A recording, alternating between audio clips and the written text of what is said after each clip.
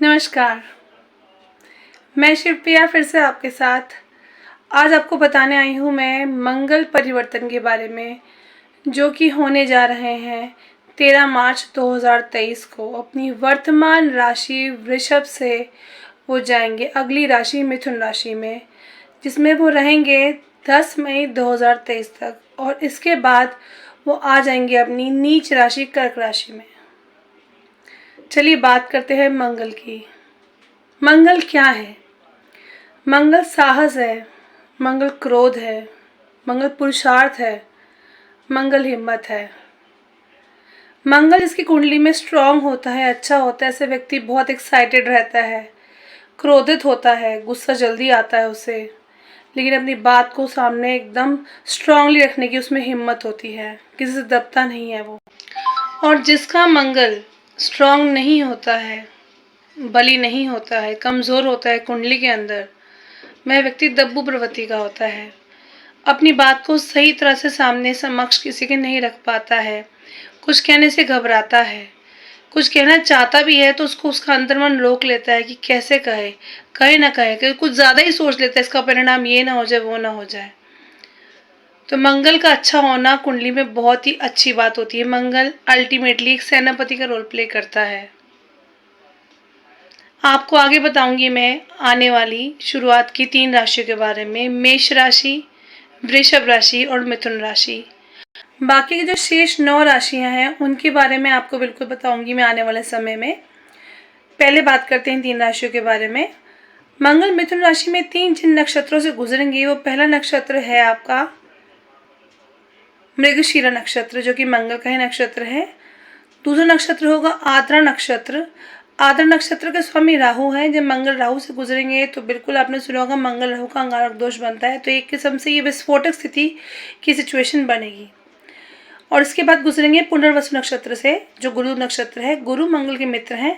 तो मंगल जब गुजरेंगे अपने पुनर्वसु नक्षत्र से तो फिर भी सिचुएशन काफ़ी बेटर होगी। तो चलिए बात करते हैं पहली राशि मंगल की, जो मेष राशि है। ये आप जो मैं आपको बताने जा रही हूँ जानकारी प्राप्त करिए आपने चंद्र राशि से। कुंडली में चंद्रमा जिस राशि में स्थित है उससे आप इस वीडियो को देखिएगा।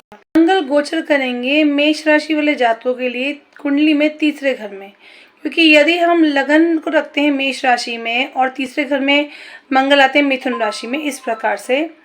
और बताना चाहूँगी आपको, मंगल जब तीसरे घर में आते हैं तो मेष राशि वालों के लिए सब कुछ मंगल ही मंगल है, क्योंकि तीसरा घर उनका कारक घर है।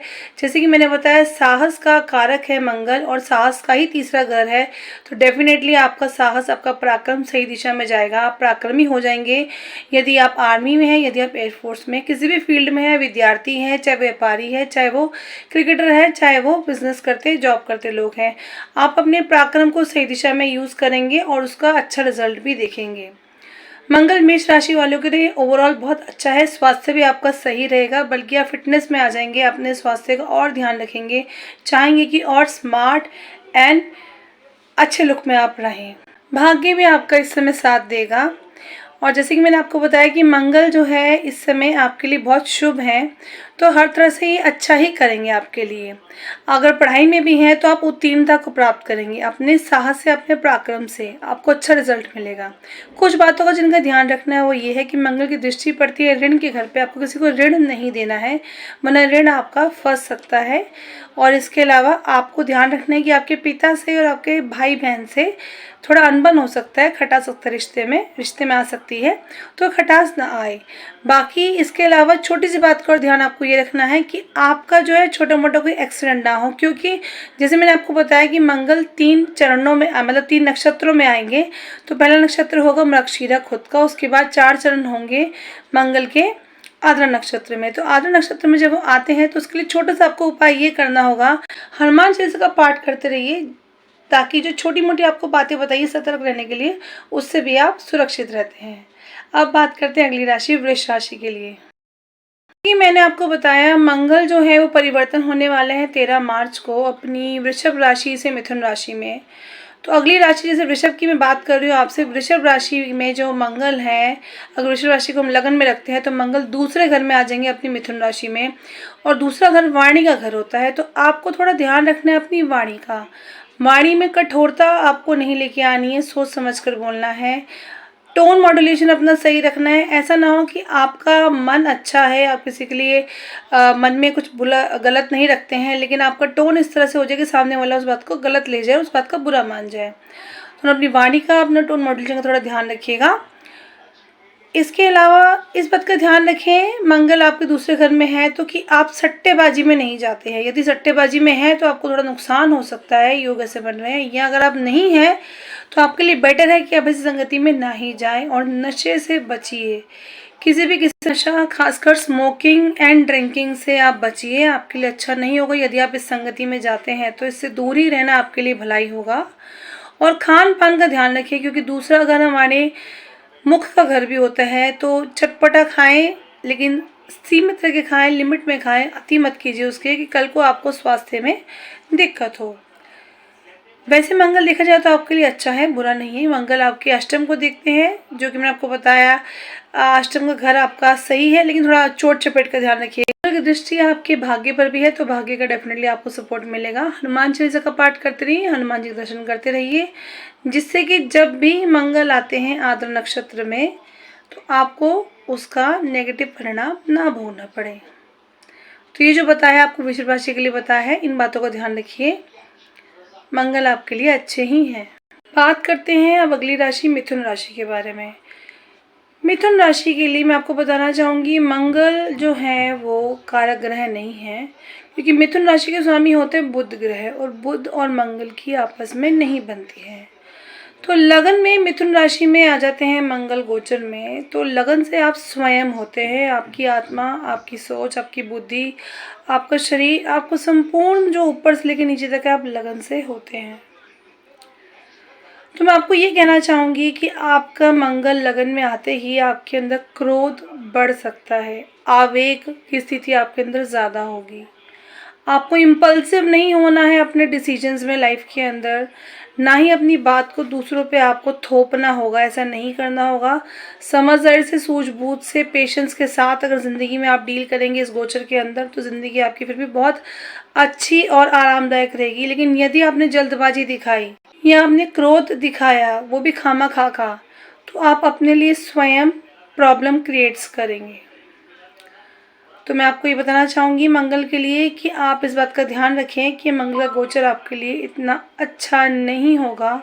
ये अच्छा केवल तब होगा जब आप सूझबूझ से, पेशेंस के साथ अपनी ज़िंदगी में आगे बढ़ते हैं। मंगल की चौथी दृष्टि पड़ती है आपके सुख हुए घर को, तो प्रॉपर्टी आपके पास है, उसका सुख आपको मिलेगा, लेकिन आपकी फैमिली में कलह कलेश के योग बनते हैं अगेन, जिसका कारण आपका क्रोध ही बनेगा। तो इसलिए आपको इस पर नियंत्रण रखना है, और आप खुद ही परेशान रहेंगे, गुस्से में रहेंगे, छोटी बातों पर आपको बुरा लग जाएगा आपको। तो इस कारण से हो सकता है कि ऐसा होगा कि आपकी वाइफ से आपकी अनबन हो सकती है, और अगर वाइफ है तो हस्बैंड से अनबन हो सकती है, क्योंकि सीधी दृष्टि उसकी पड़ती है मंगल की दाम्पत्य के घर पे। तो आपको ध्यान रखना है कि आप अपनी पत्नी से, या पति है तो पति से अनबन ना करें, खामखा की समझदारी से डील करें अपने रिलेशनशिप को। और आठवीं दृष्टि पड़ती है आपकी अष्टम स्थान पे। अष्टम स्थान जो है वो आपका मृत्यु का घर होता है, आकस्मिक धन का भी योग वहाँ से बनता है, लेकिन आकस्मिक दिक्कतें भी वहाँ से बनती हैं। तो कृपया करके अपने आप को संतुलित रखिए, पेशेंस के साथ डील कीजिए इस गोचर में अपने आप को। हनुमान जी की आराधना करने के लिए मैं इसलिए बोल रही हूँ क्योंकि 7.5 तो नहीं है ना 8 है, लेकिन मंगल के मित्र नहीं है मिथुन राशि वाले लोग, मतलब मिथुन राशि के सभी बुध हैं, मंगल उसके मित्र नहीं है। तो इसलिए हनुमान जी का पाठ कीजिए, दर्शन कीजिए, ताकि ये गोचर सही तरह से आपका निकल जाए। अगर मिथुन लगन के 11वें भाव के स्वामी भी बनते हैं और छठे घर के स्वामी भी बनते हैं, तो इस बात का ध्यान भी रखना है कि आप ऋण से परेशान नहीं होते हैं, ऋण किसी को खामखा नहीं देते इस गोचर में। और आय के लिए बहुत पुरुषार्थ करेंगे, इनकम आपके पास होगी, लेकिन पुरुषार्थ कीजिए, अति मत कीजिए, क्योंकि स्वास्थ्य का आपको ध्यान रखना है। ऐसे मत कीजिए कि आप इतना पुरुषार्थ में लग गए कि आपने स्वास्थ्य पे अपने ध्यान नहीं दिया।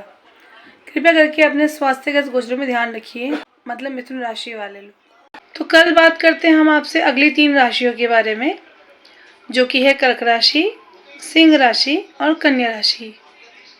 तो इसी तरह बने रहिए हमारे साथ। नमस्कार।